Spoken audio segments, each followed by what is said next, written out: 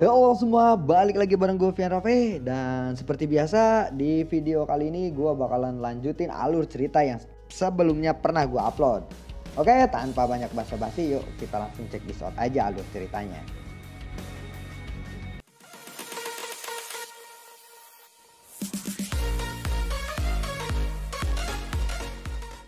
Di episode sebelumnya, Xiaoyan yang bertemu dengan gadis kecil yang misterius. Dia lalu berkata, gadis kecil ini monster macam apa dia? Ucap dari Xiaoyan. Tidak lama kemudian, penetua Hou datang ke tempat tersebut dan dia berkata, Xiaoyan, ada apa? Apa kamu sudah menemukan bahan obat yang kamu butuhkan? Ucap penetua Hou.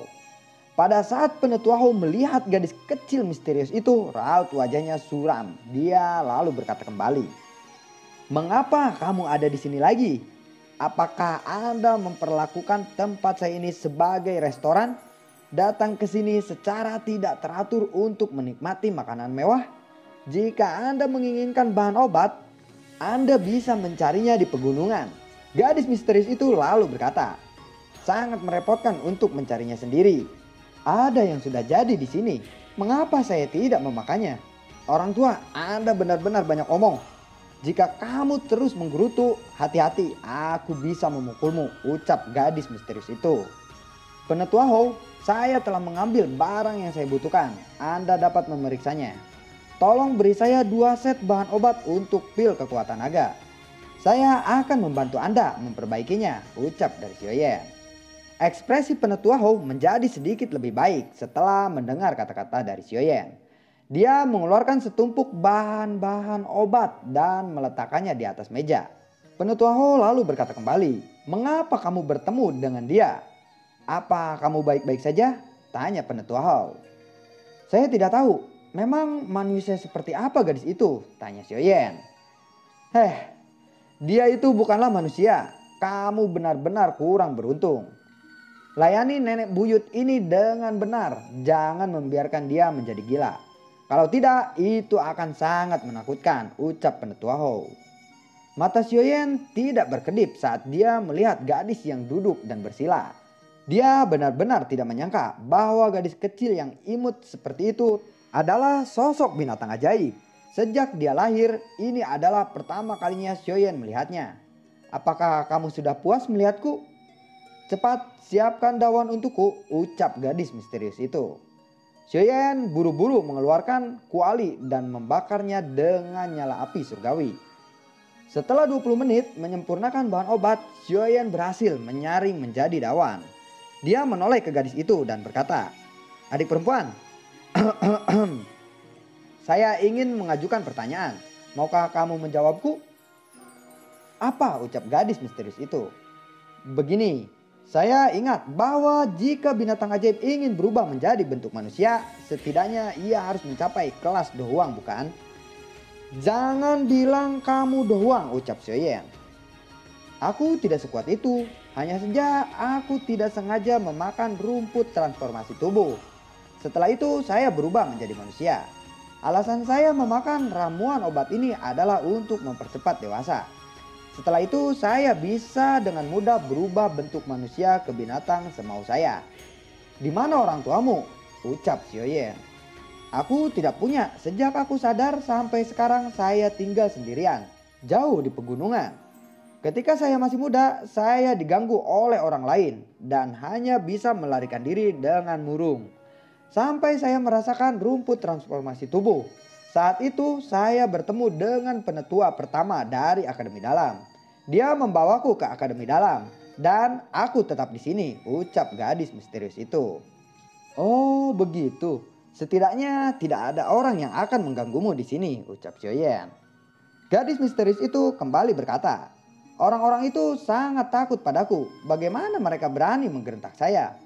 Untuk orang sepertimu aku bisa memakanmu dalam 1 tegukan. Hahaha, jangan katakan seperti itu di masa depan jika kamu bertemu dengan seseorang. Sedangkan saat ini kamu dalam bentuk manusia, ucap Xiaoyan. Ini adalah kebenaran. Tapi aku belum pernah memakan manusia sebelumnya, ucap gadis misterius itu. Kalau begitu sebaiknya kamu jangan memakan manusia, ucap Xiaoyan. Setelah sedikit berbincang dengannya, Xiaoyan telah menyelesaikan penyempurnaan dawan berwarna emas dan dia memberikan kepada gadis itu.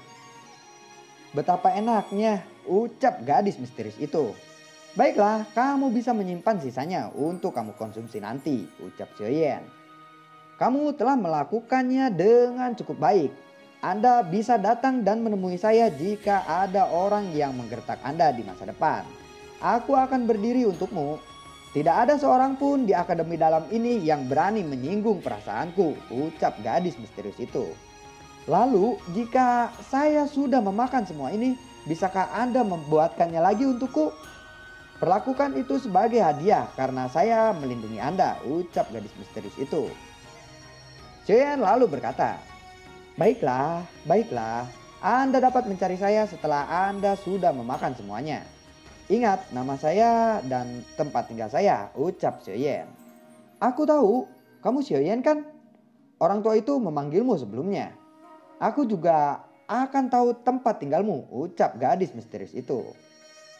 Itu benar, adik kecil, aku masih belum tahu namamu, ucap Xiaoyan. Dia lalu menjawab, saya dipanggil Jian. Itu adalah nama yang diberikan penetua pertama kepada saya. Namun orang-orang di akademi dalam sangat takut kepadaku. Mereka secara pribadi memanggil saya Ratu Broadforce. Mereka memang mengira aku tidak menyadarinya. Broadforce, susah ya. Jadi kita panggil aja gadis itu Jia ya. Broadforce, aduh susah lah. Itu nanti gua keceletot lah brot begitu gua keceletot nanti brotan lah. Mending Zia aja ya, gue panggilnya Zia, nggak peduli orang lain tuh mau panggil apa dia, pokoknya Zian, bukan Zia ya, Zian, oke Zian aja ya. Xiaoyan hanya bisa tertawa getir saat melihat Zian telah pergi. Gadis kecil ini memang imut, tetapi dia sedikit terlalu kejam. Namun saat gadis itu keluar di ambang pintu, dia meninggalkan pesan terakhir. Xiaoyan, ingatlah, aku memiliki peringkat pertama di akademi dalam. Jika ada orang yang menggertak Anda di masa depan, Anda bisa menyebut nama saya. Baiklah, aku pergi dulu, ucap Jian. Weh, yang komen di bawah emang kalian luar biasa. Kalian sebenarnya udah pada tahu ya, Jian, orang paling ditakuti di akademi dalam peringkat pertama. Oke, selamat ya buat kalian, hadiahnya terima kasih banyak dan wow, kalian luar biasa. Sekarang baru itu aja yang gue bisa kasih hadiah buat kalian ya. Oke, lanjut. Setelah gadis itu pergi dan Xiaoyan menuju ke pavilionnya, suara Yellow tiba-tiba terdengar di dalam hatinya. Meskipun kekuatan gadis kecil itu sangat menakutkan, dia tampaknya sepenuhnya mengandalkan kekuatan fisik. Dari cara dia menyerang sebelumnya, dia tidak menunjukkan energi sedikit pun.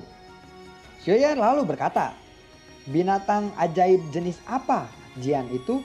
Ucap Xiaoyan. Aku tidak tahu. Dia telah mengkonsumsi rumput transformasi tubuh. Oleh karena itu, jika dia tidak mengungkapkan wujud aslinya, orang biasa akan kesulitan mengidentifikasi jenis binatang ajaib seperti apa dia. Namun dari kecerdasannya, ini adalah kekuatan menakutkan yang dia tunjukkan. Saya pikir bentuk aslinya adalah binatang jenis unik yang sangat langka dari zaman kuno. Lagi pula itu pasti tidak mungkin bagi binatang ajaib biasa untuk berlatih sampai kelas doang. Tanpa setidaknya 100 tahun dan dia tidak memiliki kesempatan yang bagus dan tidak berlatih dengan cepat, aku rasa itu tidak akan berhasil. Namun setelah memeriksa aura gadis kecil ini, itu tidak tampak seperti binatang ajaib yang telah berlatih selama 100 tahun.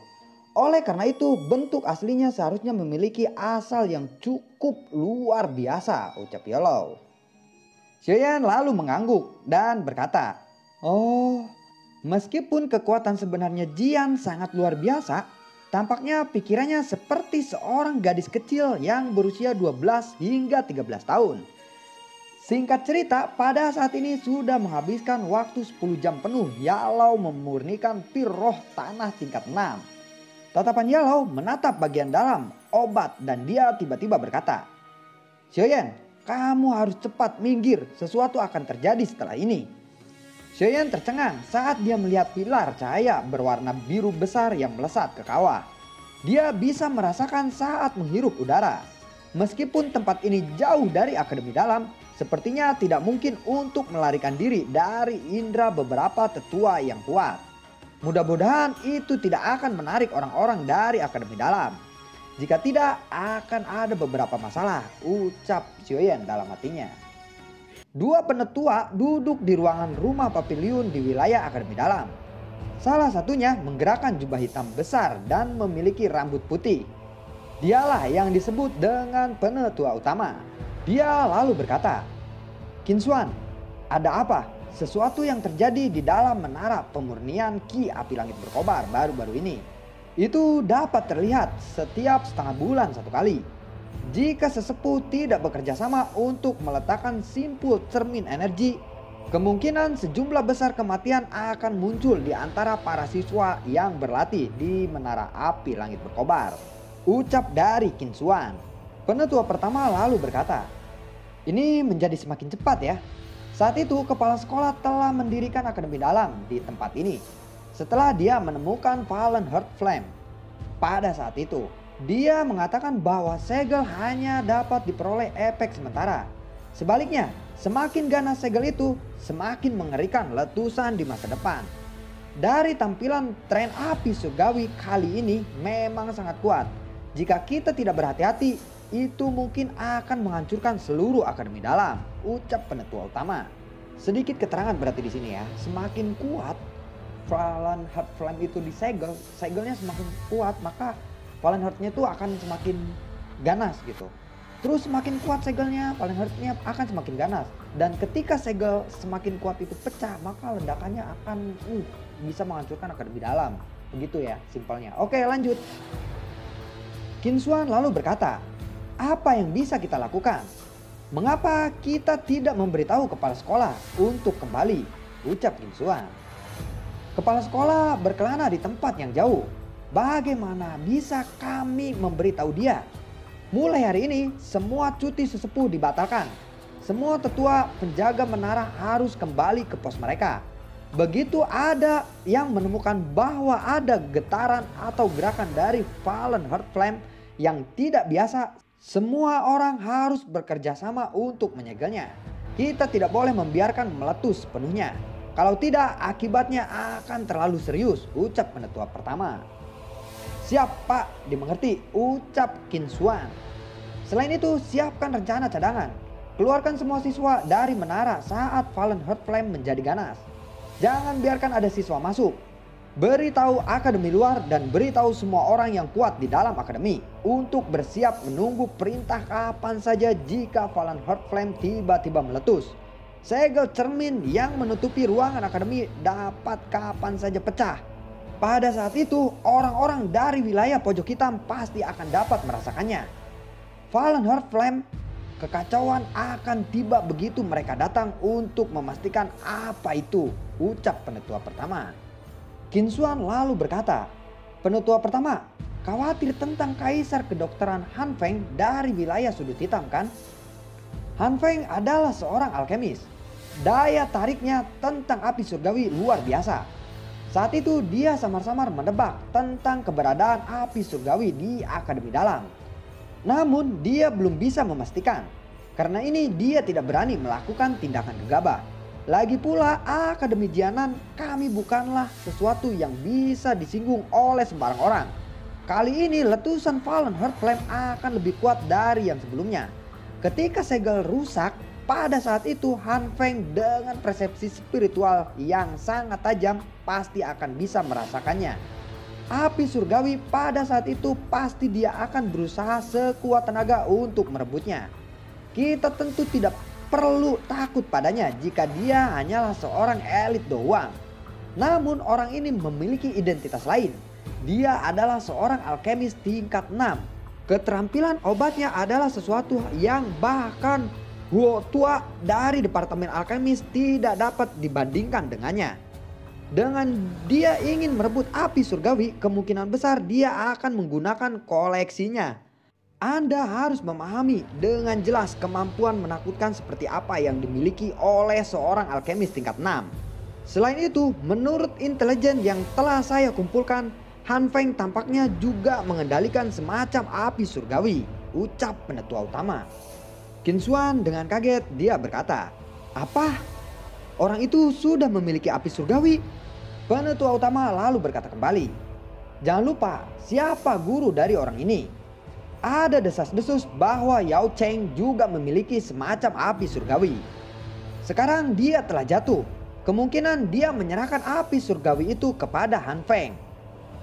Saya tidak yakin kejatuhan Yao Cheng benar-benar terlalu aneh. Selain Han Feng, tidak ada yang tahu dengan jelas tentang apa yang sebenarnya terjadi.